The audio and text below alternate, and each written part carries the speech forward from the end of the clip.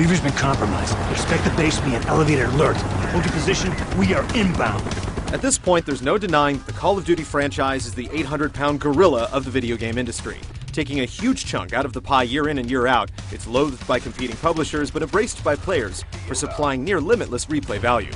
The series typically alternates between developers from one year to the next, and it's Treyarch's turn to deliver the goods with Call of Duty Black Ops. Is it a full-out assault, or should it be classified as a secret mission?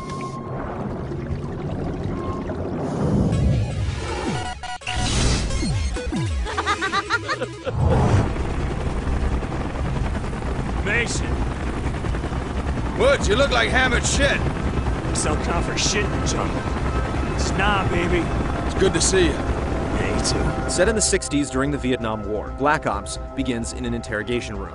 You're Captain Mason Alex, and for reasons unknown, you've been brought to this place to try and explain a set of numbers to your captors. The problem is, you have no idea what the numbers mean. I don't know what you're talking about. The numbers, Mason. What do they mean? Where were they I broadcast don't know from? anything about any numbers. What follows is a trip down memory lane where each remembrance is played out on the battlefield. Clues are divulged, and as the game wears on, it becomes less of an interrogation and more of a collaboration. You'll travel to Russia, Cuba, Vietnam, and just about every territory in between. All clear, moving up. Eventually, the story veers towards a struggle over a deadly biochemical weapon called Nova 6. It may sound like a club drug, but it's a one-way ticket to the death disco. By then, you've played so many different soldiers that following the plot requires some serious mental yoga.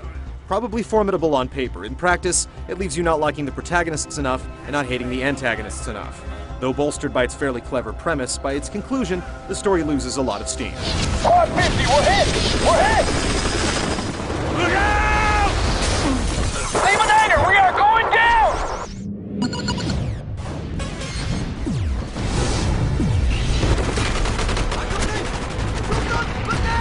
The general design of Black Ops maintains the blueprint. Follow the linear path laid out by comrades and enemies and lay waste to everything in your path.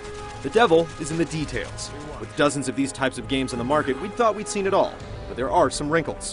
One mission is you commanding your team from the air and then heading down to the ground to help execute.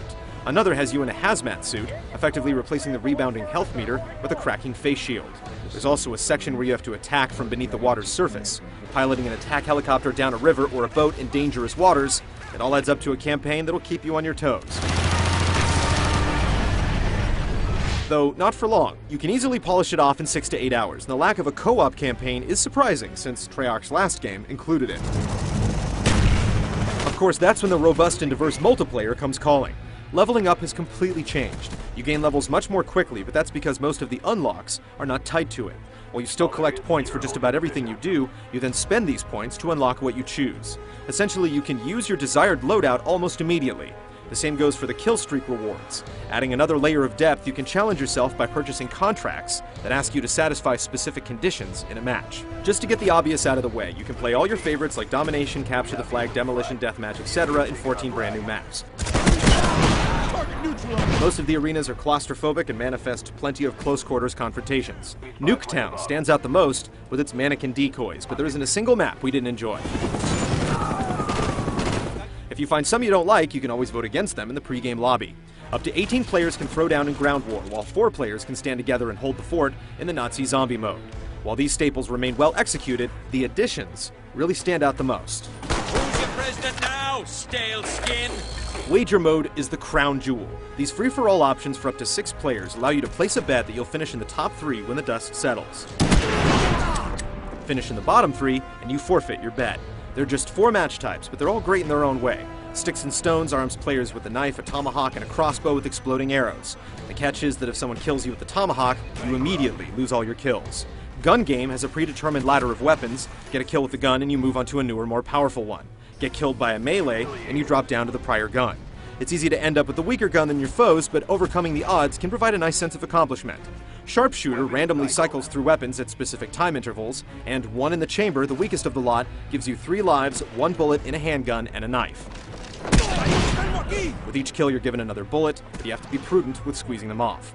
What's great about Wager Mode is that it forces you to use and master the entire arsenal. Don't be surprised if it convinces you to alter your loadout in the more standard options. The biggest surprise is the hidden Black Ops Arcade. While you can play the full version of Zork, the real winner is a 4-player cooperative top-down shooter called DOA. A distant cousin of Smash TV, you have to survive wave after wave of zombie attacks while collecting cash and powering up your weapons. It's a full-fledged game that you normally pay at least $10 to download, but in Black Ops, it's just a fun extra. There's so much content to explore in Black Ops that we can't even go into detail on the theater mode or combat training, which prepares you for the rigors of online play. The disc is literally burned to the hilt with content. Spy plane standing by.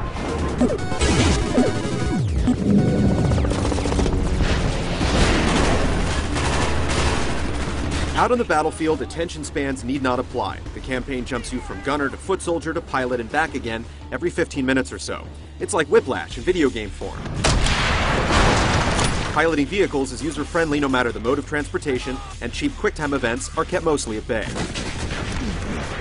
The shooting controls haven't changed much. The over 40 weapons look, sound, and fire realistically. Some have to be used in bursts, and others fire much better from the hip or in sustained bullet storms. The recoil is subdued, and wind and distance have little effect, but you'll find plenty of armaments to snuggle up next to. It's business as usual with the auto-aim, but you do have the option to turn it off. Even though the game is set in the 60s, Treyarch has done a great job of making sure the technology doesn't feel dated. Weapons like flamethrowers and first-person rockets keep it up to speed, while upgrades like dragon shells for the shotgun give it a kick. Perks have received the most massaging, taking note of a lot of exploits from Modern Warfare 2 and making needed adjustments. You can no longer quickscope with a sniper rifle using sleight of hand, and balanced squashers like stopping power and one-man army have been completely excised. The campaign does a great job of preparing you for online battle as you get used to most of the features. The Immortal Team AI gets the job done from both a scripting and combat perspective, though once again you have no control over what they do or where they go. And while vehicles are a huge part of the campaign, they're still MIA in the multiplayer. Take out those damn RPGs! The gameplay in Black Ops is unquestionably tight, user-friendly, and varied, though it can feel like you're just running from one slightly interactive event to the next at times. Go, go, go, go! Online, it addresses most of the balancing complaints, culminating in a game that's more about skill and less about gaming the system. With no radical changes to the formula, it plays it safe, and most of the adjustments will be felt more by fans than armchair generals. They have our flag. Our flag has been returned.